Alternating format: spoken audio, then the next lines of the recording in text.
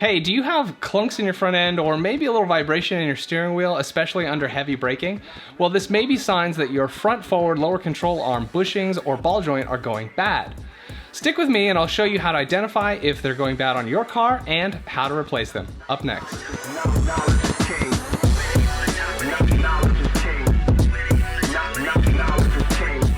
Hi, I'm Daniel, and today I'm going to talk about front forward lower control arms. Now, most rear-wheel drive cars have two sets of lower control arms. There's one on each side that is perpendicular to the wheel, and then there's another pair that come off at an angle from the front of the car. These are the front forward lower control arms, also called front links or lateral arms. On one end, there's a bushing that's rubber or possibly filled with a hydraulic fluid of some sort, and the other end is a ball joint that has a rubber boot and grease. The front forward lower control arm does a lot of extra work in keeping your steering stabilized, especially under hard braking, so that's where you might feel that wobble in your steering. You can identify worn front forward lower control arms by checking the bushings for cracks or maybe staining from the fluid like I found on my car. And then at the ball joint end, you can look to see if grease is coming out or if the boot is broken. If that's the case, it doesn't necessarily mean the ball joint is bad yet, but without grease in there, it's going to fail sooner than later. On my 2015 Cadillac CTS, this is what my front forward lower control arms look like. They're going to be very similar, especially if you have another Alpha chassis GM vehicle like the 6th gen Camaro or Cadillac ATS. These control arms are easy to replace with the right tools, and today I hope to show you that even with little experience working on cars, that you can do it yourself with the right tools. It should only take about an hour per side, maybe even less. Now, when it comes to suspension parts, I always recommend replacing parts in pairs. That's so you don't have to chase suspension problems down the road. I mean, if you're replacing one now, I'm sure that the other one's probably going to fail pretty soon. But in a pinch, of course, you can replace just one. On my car, I found the failed bushings at around 61,000 miles, so they failed somewhere between 50 to 60,000 miles, I'm sure. This seems to be a common trend for Cadillac CTS-V Sport owners, as a lot of people have replaced these control arms. Today, I'm going to show you how it's replaced, and it should be very common procedure on any rear-wheel drive car. However, of course, the hardware sizes and the torque specs are going to be different, so check with your car Facebook groups or car forums to find out that information for your car. I'll have all the part numbers in the description below. I got my lower control arms from 404parts.com. They provide cheap GM parts and they ship them out to you quick, so be sure to check them out. All right, let's get to the installation. Here's your quick overview. First, we need to remove some underbody shields. The first one's held on with 10mm screws, some plastic retainers, and a couple T15 Torx screws. Then the front one is held on by 10 7mm screws and a couple of T15 Torx screws as well. Once those are off, you have access to the lower control arms, and you'll need to remove the speed sensor wire attached to them. They're held in by these small plastic clips. Once you get those out, you can remove the control arm by removing the bolt on one end and separating the ball joint on the other end. Then replace it with your new lower control arm. Torque them down to the proper spec and do the same, of course, to the ball joint. After that, you'll put the speed sensor wire back into place and put your underbody shields back on, and you'll be done. Now let's get to the details. For this installation, you'll need the following tools. You'll need a 21mm deep socket, as well as a shallow will be helpful. You'll need an 18mm socket and a T40 Torx bit. A large ratchet wrench, an 18mm closed end wrench, maybe like this one, and then a hammer may be helpful in removing the ball joint, or a pickle fork. This one's just for demonstration, it's not the right size. You'll also need a torque wrench to properly torque the bolts, and a breaker bar is helpful in getting the stuck bolts off. I also recommend gloves because when you got hard torqued bolts, you can easily smack your hands on things. Also, to remove the ball joint, you may consider getting one of these ball joint removal tools. This could be helpful instead of hammering at it like I did. Alright, let's get started. You'll need to jack up the car, and it helps to take off the front wheels, and you can check out my other videos on how to do that for your Cadillac CTS or ATS. The first underbody shield is removed with 8 10mm screws, 4 push-in clips, and 4 T15 Torx screws in the locations shown. Those T15 torque screws, those are in the wheel well. That's why you'll want to remove the wheels. It's a little easier to access. There's one ahead of the wheel and one behind the wheel, plus the one retainer clip that you pop out the center section of. So I'll go ahead and remove that one torque screw, and then here on the retainer clip, you just pop up the center section and then you pull out the base. Sometimes they come out all together and that's okay.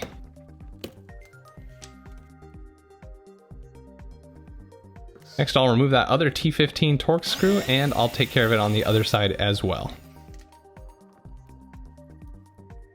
All right, back under the car, you'll want to remove all those 10mm screws. It's kind of a pain if you only have hand tools, so I do suggest a power tool. Once you get those out, you'll also want to remove the 2 plastic retainers, just like the one in the wheel well.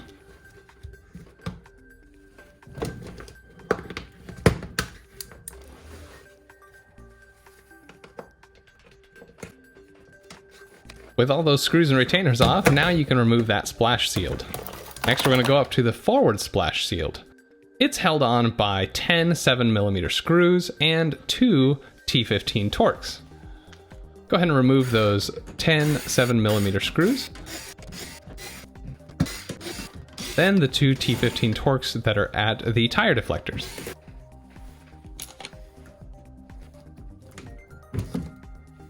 Notice how the shield is underneath the tire deflector. You just got to flex it and it'll pop right out, and this handy hole will help you slide the shield out. Once those are off, we now have easy access to get to the nut and bolt on the forward front control arm. Now, while those shields are off, I do like to clean stuff, so I went ahead and took care of that. I know they're going to get dirty right away, but I do find this kind of cathartic. After those are clean, I'll just set them aside to dry while I work on the car. First, we need to release this wire. It's the speed sensor wire. It's only held in by these 3 plastic push clips. Just use a flathead screwdriver on the back side to pry them out.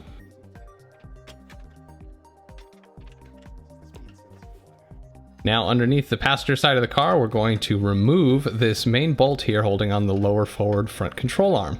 It's on there kind of tight, so a breaker bar is handy, but it wasn't that bad. You can use a large ratchet like this too to break it loose. It's only on with about 75 to 100 foot-pounds of torque.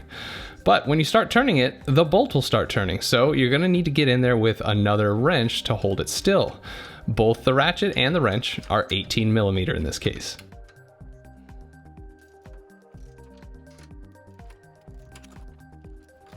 Once you get the nut off, the bolt will slide right on out.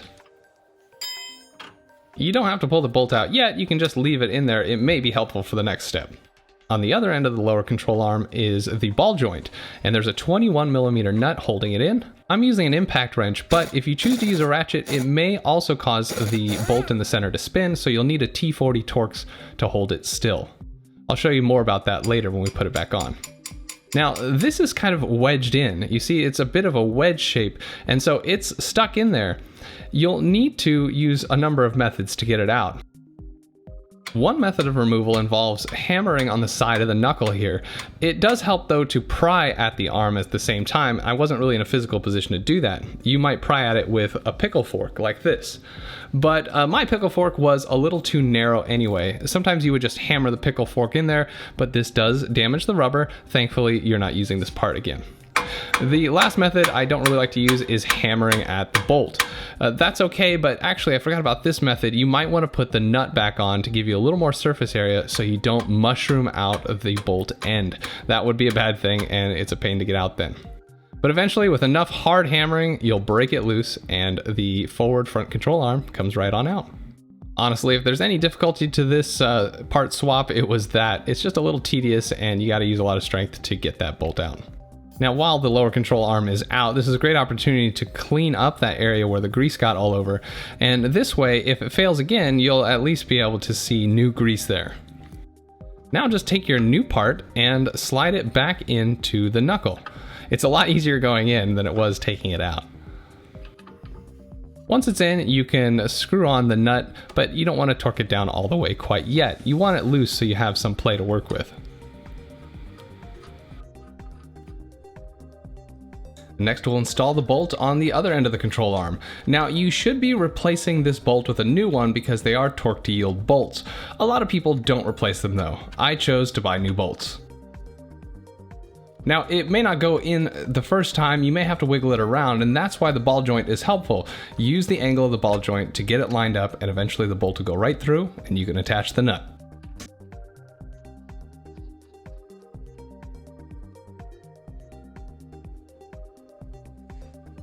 Once you have the nut threaded on there, go ahead and use your tools to tighten it down. Don't torque it down completely yet, we're going to do that later. Then go over to the ball joint and tighten down the 21mm nut. I used my impact, it made it easier, but I set it on a low setting so I can torque it down with the torque wrench. So we'll use the torque wrench. It's 74 foot-pounds of torque here, and after that, you're going to twist it another 90 to 105 degrees. And now this one was pretty easy, but on the driver's side, it didn't go quite as easy. You see, the bolt will spin at the ball joint while you try to tighten the nut. It didn't in the passenger side for some reason. So to deal with this, you put a wrench on the nut, that's the 21mm wrench, and then you take a T40 Torx, and it locks in to the center of the bolt. You hold the bolt still while you tighten the nut. Once it gets to a certain tightness, typically the bolt will stop turning, hopefully, and then you can put your torque wrench on it. Again, just like the other side, we're going to do 74 foot-pounds of torque, and then we're going to twist it an additional 90 to 105 degrees. Now we still need to torque down the other end of the control arm, but it's supposed to be done at ride height. We can't do that without a lift, so you should raise the hub. And you don't want to raise it by the dust shield or your brake rotor. You want to get it right under here, under the hub, and use your jack and jack it up until the weight of the car is on that hub. You'll know because the jack stand will be loose and doesn't have the car sitting on it. Now you can tighten up your lower control arm.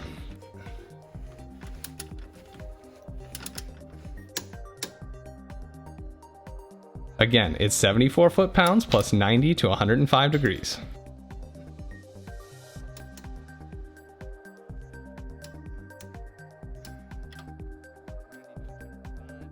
Notice the original factory paint marker used to confirm the torque on the nut is at the same spot, so that helps me confirm my torque wrench is fairly accurate. Don't forget to reattach the speed sensor to the lower control arm, then do the other side if you've got two lower control arms to do. Once the hard part's done, you can put those shields back underneath the car. Don't forget to put them underneath the tire deflectors. Once it's in place, just put all those screws back in.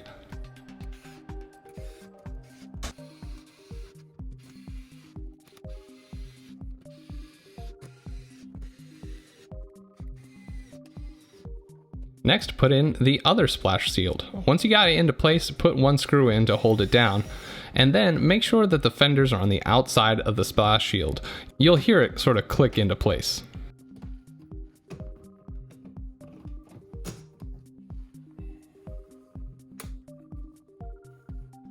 Go ahead and replace all those screws.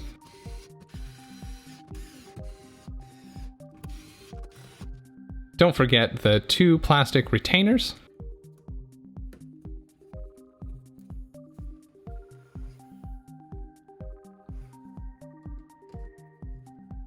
After that, don't forget to go to the wheel wells and put in those T15 Torx and the plastic retainer.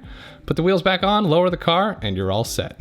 All right, that's how you swap out the front, forward, lower control arms on the Cadillac CTS. Like I said, it should be very similar on other cars as well. Now, you may not necessarily need an alignment after doing this, but I do recommend it. In my case, I also replaced my front struts at the same time, so I definitely needed an alignment to make sure everything was perfect. Besides, you don't know if it was a bad alignment in the first place that caused the bushings to fail on your car. Also, if you do get an alignment, be sure to tell them that you replace these lower control arms and that they should retorque those bolts while the car is at ride height. This is easy to do on a lift, but when you got your car up on jacks, it's not a perfect situation. Thanks so much for watching, and I'm super excited that you're going to be able to knock out this job yourself and save a ton of money because you're not paying a dealer to do it for you. Also want to give a shout out to Chris at 404parts.com. He has genuine GM parts for really cheap and he ships them out quick. Be sure to check him out. Just send him a message for the parts that you need. If you're not a subscriber already, please hit the subscribe button and the bell to be notified of my next videos. I have other suspension videos coming out as well. So thanks for watching the Jet Fuel Only channel. See you next time.